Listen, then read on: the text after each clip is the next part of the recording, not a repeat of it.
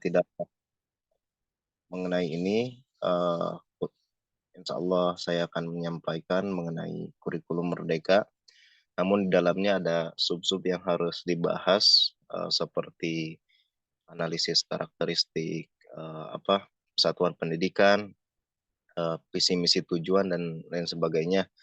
Mungkin insya Allah akan lebih diperingkas. Eh, Baik, mengawali di sini pertama ada kita dengan judul memahami kurikulum merdeka di satuan pendidikan. Nah, mungkin teman-teman semuanya sudah sedikit atau banyaknya memahami mengenai kurikulum merdeka, dan kemarin pun sudah dibahas mengenai kurikulum tersebut, bahwa kurikulum merdeka mungkin saya akan mengulas lebih dikit, mengulang poinnya, bahwa kurikulum merdeka itu dibuat uh, untuk pembelajaran intrakurikuler, yang artinya di situ lebih kepada kebebasan guru dalam mengajar, memberikan arahan materi dan kurikulum tersebut. Nah, di situ untuk kurikulumnya sendiri mungkin, nah di sini ada pembahasan bahwa tadi intrakurikuler yang beragam, di mana konten akan lebih optimal agar peserta didik memiliki cukup waktu untuk mendalami konsep, untuk menguatkan kompetensi. Nah, di sini kurikulum mungkin sudah dikatakan sebagai seperangkat rencana lah, dan juga eh, pengaturan mengenai tujuan, ada isi juga dan bahan pelajaran yang ada di dalamnya gitu. Yang lebih simpelnya kurikulum itu sebagai pedoman lah, pedoman penyelenggaraan kegiatan, tentunya kegiatan pembelajaran di sekolah itu tersebut. Nah, baik, mungkin kita akan lanjut saja mengenai selanjutnya, insya Allah. Ini mohon maaf Ustadz, jadi ngerepotin Ustadz. Uh, di sini ada analisis karakteristik satuan pendidikan. Nah, untuk analisis apa ya? Maaf Ustaz. Oke, baik. Untuk analisis karakteristik satuan pendidikan, mungkin kita di situ lebih pertama mengetahui konsepnya dulu untuk memulai menganalisis dari karakteristik satuan pendidikan. Mungkin nanti ada kenapa alasan-alasan dan juga prinsip-prinsip mengenai karakteristik tersebut yang harus dilaksanakan ketika kita menganalisis karakter satuan pendidikan atau salah satu lembaga, pondok pesantren, sekolah, dan lain sebagainya. Nah, baik, mungkin di sini ada ada prinsip-prinsipnya. Nanti bilang aja next gitu. Tapi waktunya ini sedikit loh, Rip. Udah hampir jam 11 ini. Ya, Ustaz. Jam 11 selesai ya. Nah, ada kita materi berikutnya. Ya, Ustaz. Nah, di sini yang pertama melibatkan perwakilan warga satuan pendidikan. Nah, kenapa melibatkan? Karena mungkin warga satuan pendidikan itu kita bisa bilang lah guru yang ada, kepala sekolah, siswanya, dan juga mungkin ada karyawan-karyawan, staf-staf di situ. Nah, yang melibatkan. Lalu menggunakan data kondisi satuan pendidikan. Nah, di situ perlunya kita memperoleh itu ya. Lalu menentukan cara untuk mengumpulkan. Nah, mungkin caranya bisa seperti wawancara, tanya jawab lah gitu ya. Tanya jawab, wawancara, dan juga ada tes-tes gitu. Lalu mengalokasikan waktu yang cukup untuk apa? Untuk pengumpulannya dan apa namanya, menganalisis yang pastinya nanti ada dokumentasi datanya. Dan terakhir memilah informasi yang relevan dan menyimpulkan untuk mengembangkan strategi. Nah, baik, kita akan melanjutkan ya, next. Nah, di sini ada penyusunan visi dan misi tujuan satuan pendidikan. Kita lanjut aja. Lalu kita pun harus mengetahui bahwa visi misi di sini ada saya gambarkan seperti seorang akan mendaki gunung. Nah, bahwa visi ini adalah awal mula kita harus mempersiapkan ketika kita masih berada di dataran lah, ada di dasar uh, di kaki gunung mungkin. Nah, kita di sini mempersiapkan apa visi kita yang akan disampaikan, apa yang akan disusun, direncanakan. Contohnya misalkan visi uh, menjadikan universitas yang riset dan diakui dunia, mungkin untuk visi Juanda. Nah, apa misinya? Misi itu kan tindakan lah, tindakan untuk mencapai visi tersebut. Misalkan dengan mengadakan kegiatan-kegiatan apa gitu, kegiatan-kegiatan yang bersifat pengembangan ataupun apa. Lalu tujuan dari visi misi yang sudah kita susun itu tujuannya untuk apa? Misalkan menjadikan mahasiswa yang bertauhid, yang diakui oleh dunia. Oke, mungkin seperti itulah singkatnya untuk kita mengenal visi misi tujuan. Baik, selanjutnya tadi mengapa kita mesti membahas VMT? Saya menyebutnya dengan VMT, meringkas visi misi tujuan. Kenapa harus dibahas? Tadi di sini sudah dijelaskan alasannya. Yang pertama sebagai komponen utama KOSP, lalu ditinjau dalam 4 sampai 5 tahun sekali itu sesuai analisis konteks satuan pendidikan. Lalu keunikan sekolah, guru, tenaga kependidikan. Nah, di sini kenapa mesti dibahas? Karena setiap sekolah itu memiliki keunikannya masing-masing, tujuan visi misi yang berbeda dari yang lainnya. Contoh, misalkan di sekolah saya dulu mencetak muslim yang personal, apa yang Islamik dan apa lu ya, ya mungkin ketika dibandingkan dengan sekolah yang lain tujuannya eh, ada juga berbeda gitu ya. Nah, itulah yang disebut dengan keunikan. Lalu pembelajaran paradigma baru abad 21. Oke, next ya. Kita membahas. Nah, mungkin ini sudah visi kita sudah bahas tadi ringkasnya. Misi pun sudah dan tujuan pun insya Allah sudah bisa kita pahami ya. Nah, mungkin di sini ada langkah-langkah membuat visi. Mungkin langkah-langkah pun apa ya, bisa kita pahami ya, bahwa yang pertama tadi harus bersamaan dengan prinsip-prinsip, bahwa prinsipnya itu kan tadi ada harus melibatkan warga sekolah gitu ya. Nah, di sini kita disuruh untuk melakukan wawancara, tadi mengumpulkan data. Nah, caranya salah satunya wawancara gitu ya.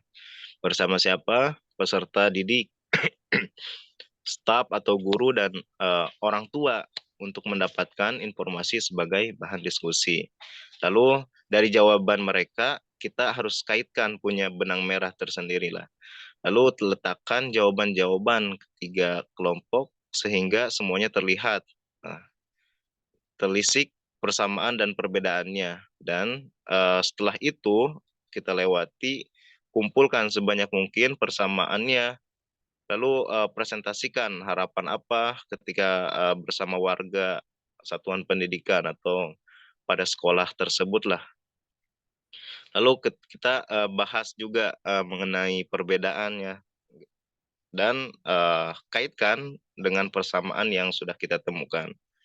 Dan terakhir mungkin yang lebih hasilnya yaitu kesimpulan. Kita mesti membuat kesimpulan yang didapatkan menjadi visi. Nah, maka kalau sudah kita mewawancara atau mengumpulkan data-data kepada orang-orang yang bersangkutan tadi, nah disitulah terbuatnya visi gitu ya. Nah, misi pun kita lanjut.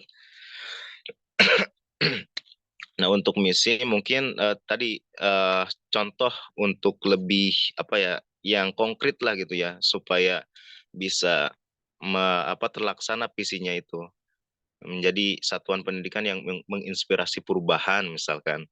Contohnya, oke kita lanjut lagi. Lalu prinsip dalam tujuan, tadi tujuan harus sesuai dengan visi misi, dengan visinya misalkan tadi apa, misinya A, maka tujuan pun harus ada gitu ya, tidak keluar dari apa yang sudah direncanakan dari visi dan misinya itu. Oke, kita lanjut lagi. Nah, untuk pengorganisasian pembelajaran mungkin simpelnya, singkatnya, uh, kita kenal dengan cara satuan pendidikan mengatur muatan kurikulum. Nah, di sini mungkin ada yang disebut sebagai muatan mata pelajaran area belajar, pengaturan waktu belajar, serta pembelajaran.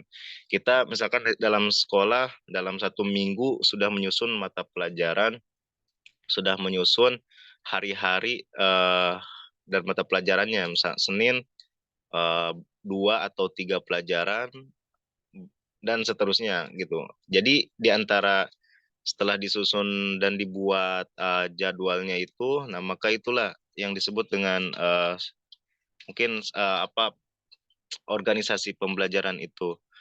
Nah di sini dibagi lagi menjadi 3 pembelajaran keutamaannya, kegiatan utamanya. Kan tadi pembelajaran intrakurikuler, intrakurikuler.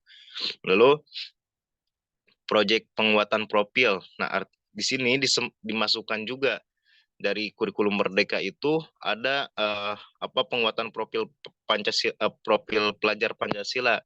Dan salah satunya kan harus dituntut mengenal ilmu-ilmu agama dimasukkan dan seperti itu. Oke, mungkin kita lanjut. Jadi tadi tambahan juga tidak hanya di dalam kelas saja belajarnya itu di ekstra gitu. Lalu prinsip yang diperhatikan, nah memprioritaskan kebutuhan peserta didik. Jadi misalkan di sekolah A punya sistem pembelajarannya itu dia lebih ke tahfiz misalkan kebutuhannya itu, ataupun ada kepada ilmu-ilmu umum.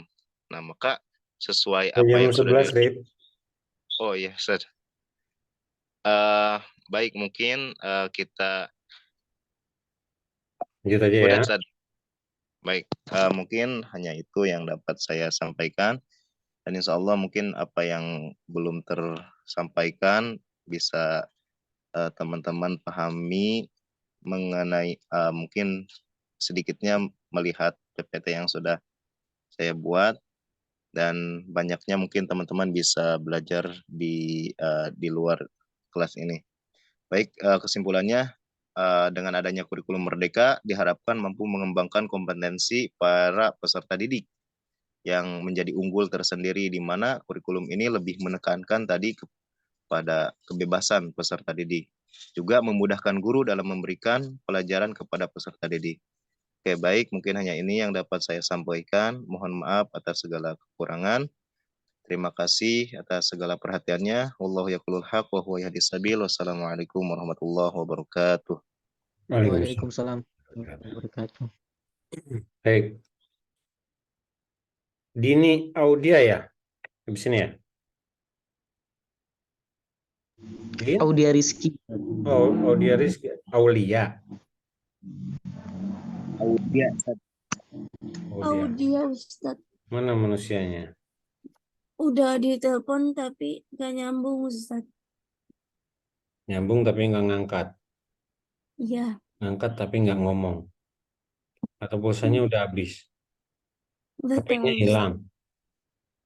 Ustadz. Ini saya cuman yang nyala cuman saya sama Nur Arif Hidayat nih, Nur Arifin aja nih. Mana yang lain? Kenapa Bentar, dimatikan? Ustadz. Iya nyalain. Ada Triana nyalain. Ini nyalain. Ya biar sopan. Kalau dimatiin mah nggak sopan.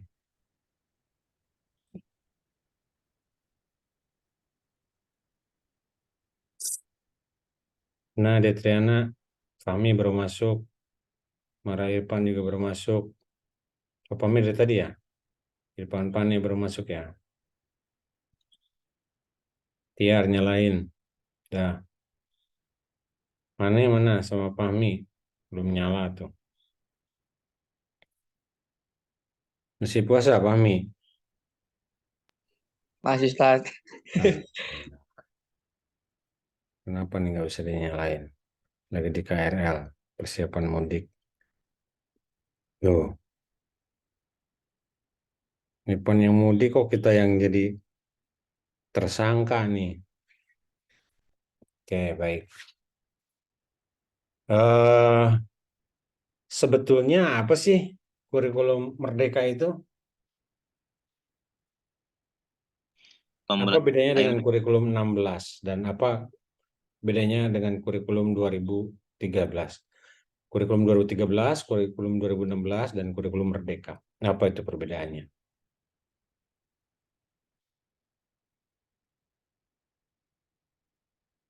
Kalau siapa dulu, Ustaz? Iyalah, Anda yang menguasai materi ini. Mungkin kalau Arif sendiri lebih menekankan bahwa kurikulum Merdeka ini pemerintah membuat sistem pembelajaran yang mana tidak tadi supaya untuk enakan lah. Yang pertama enak dari kepada siswanya kalau untuk sekolah gitu. Dan juga gurunya pun tidak banyak mendampingi lah. Artinya terlepas dari itu guru hanya lebih mengontrol lah, Ustaz. Emang 2016 nggak begitu?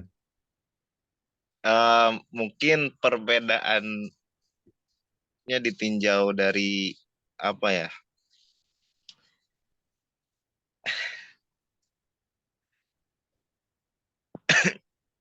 Bingung. Dari ini sih Nggak usah ngarang, kalau emang nggak tahu bilang aja nggak tahu. ya, Ustaz. Ambil yang Kalau lain dari searching Google tuh. ini ada Ustaz. Nah, ada. Apa Ada tuh? dari Oke. Google katanya perbedaannya ada di di kurikulum Merdeka ini, bedanya dia ada mata pelajaran IPAS untuk SD, ilmu pengetahuan alam dan sosial. Untuk Dulu nggak SD ada, yang Pak. menerapkan kurikulum Merdeka, di Kurtilas setahu saya nggak ada Ustaz. Kurikulum 2013. Tidak ada. Ya, terus di sini ada juga bahasa Inggris. Bahasa Inggris jadi mata pilihan mata pelajaran pilihan di SD. Oke. Udah nggak wajib lagi. Terus yang SD lagi, ini banyaknya SD Ustaz. Ada mata pelajaran pilihan lagi untuk seni budaya. Ini bisa seni musik, bisa seni rupa, bisa seni teater, seni tari, itu dipilih. Terus capaian belajar juga beda di SMA. Jadi ada fase-fase di sini, mereka menyusun per fase, bukan per KD. Kalau Kurtilas kan per KD. Iya. Ini fase A umumnya setara dengan kelas 1, 2 SD. Fase B umumnya setara di kelas 3, 4 SMP. Fase C umumnya setara dengan kelas 5 dan 6 SMA. Oke, itu secara formalitasnya, secara proseduralnya. Tapi secara konten, secara substansi apa yang paling membedakan dengan kurikulum 2013? Secara substansi. Mungkin ini Ustaz izin menjawab. Kalau kurikulum Merdeka itu lebih ke penguatan profil Pancasila, Ustaz. Artinya berbeda dengan yang Kurtilas dan juga KTSP yang sebelum-sebelumnya, Ustaz. KTSP dan kurikulum 2013 itu sama-sama memberikan penguatan terhadap pendidikan karakter. Ya. Cuman dikritik oleh masyarakat pendidikan karakter yang seperti apa? Yang sehat jasmaninya, kuat mentalnya, jago intelektualnya, itu seperti negara mana? Dicari lagi. Apakah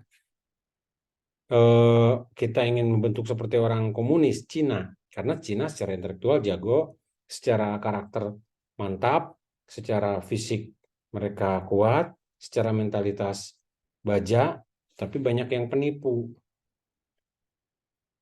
Tapi komunis, tidak beragama. Apa kita mau dijadiin sebagai rakyat Cina? Nah, itu kritik masyarakat terhadap kurikulum KTSP dan kurikulum 2013. Termasuk revisinya, direvisi di tahun 2016.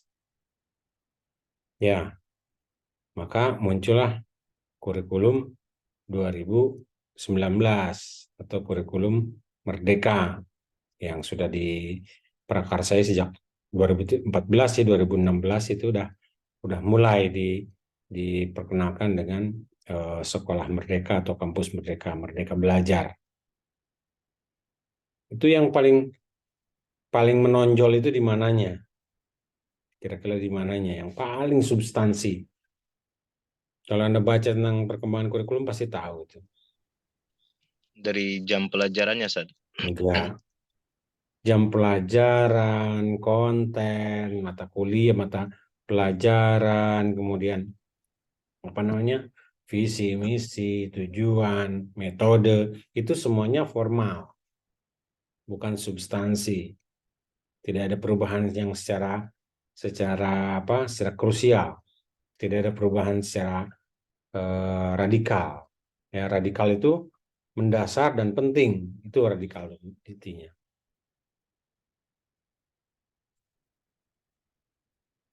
Nggak tahu. Tadi padahal sudah disebut apa itu kurikulum merdeka. Kurikulum merdeka adalah kesimpulannya tadi kata Arif apa? Kesimpulannya apa, Arif? Merdeka belajar bukan, Ustaz? Hah? Kesimpulannya itu apa? Ada di kata merdeka tadi apa, Arif? Belajar merdeka apa? Mereka belajar. Iya, kesimpulannya apa? Kurikulum merdeka itu untuk menciptakan merdeka belajar. Apa itu merdeka belajar? Tinggal 3 menit nih. Kebebasan dalam pembelajaran. Nah, itu kata kuncinya itu merdeka itu adalah kebebasan. Tapi bukan berarti bebas yang tidak terkontrol. Bebas yang dikontrol. Artinya apa? Seperti ini. Hari ini kita masuk nggak? Masuk. Belajar nggak? Belajar. Nggak usah belajar, Pak. Kita ngobrol aja, Pak. Oke, kalau gurunya melihat itu space yang cukup, ngobrol, diskusi. Kita mau kemana nih? Nah, disitulah materi-materi masuk. Gitu. Ada pattern-nya, ada pattern. Tahu pattern? Pattern itu tipikal, ada model-model, ada yang diacu, ada acuannya. Tapi di sisi lain, siswa punya kebebasan untuk menentukan cara dia belajar, cara dia menempuh, cara dia untuk mengakses ilmu pengetahuan, cara dia untuk mengumpulkan sumber-sumber belajar. Itu siswa diberikan kebebasan untuk itu. Gitu. Kalau dulu enggak. Dulu itu sifatnya lebih kepada upacara atau upacara. Tahu nggak upacara? Negeri upacara itu di negara kita kan selalu kayak gitu. Pemimpin upacara memasuki lapangan upacara. Kepada pemimpin upacara hormat, gerak, mengibarkan bendera. Semuanya diatur, patennya itu, pakemnya itu diatur dari A sampai Z. Kita diem aja, ngikutin aja. Jadi nggak boleh orang untuk melawan atau berbeda dengan arus yang sudah ada. Nah, sekarang kita nggak usah pakai upacara, tapi penghormatan itu ada. Penjunjungan tinggi terhadap bendera itu ada. Pemahaman terhadap undang-undang dasar itu ada. Amanah juga tetap disampaikan dan diterima oleh seluruh masyarakat warga sekolah. Gitu. Itu yang dimaksud dengan merdeka belajar. Coba dibaca lagi, dipahami lagi apa itu merdeka belajar, sehingga kurikulumnya Dan perencanaan pembelajarannya itu sesuai dan seimbang. Itu yang paling penting, itu bagaimana perencanaan pembelajaran itu sesuai dengan kurikulum, di mana kurikulumnya adalah kurikulum Merdeka. Tuh, ini waktunya tinggal sedikit. Nanti kalau ada yang bertanya, silakan bertanya di WhatsApp ya. Ini Audia yang mana nih? Nggak ada. Tidak ada pertanyaan? Masih pada puasa kali ya? Oke. Masih Ustaz. Alhamdulillah.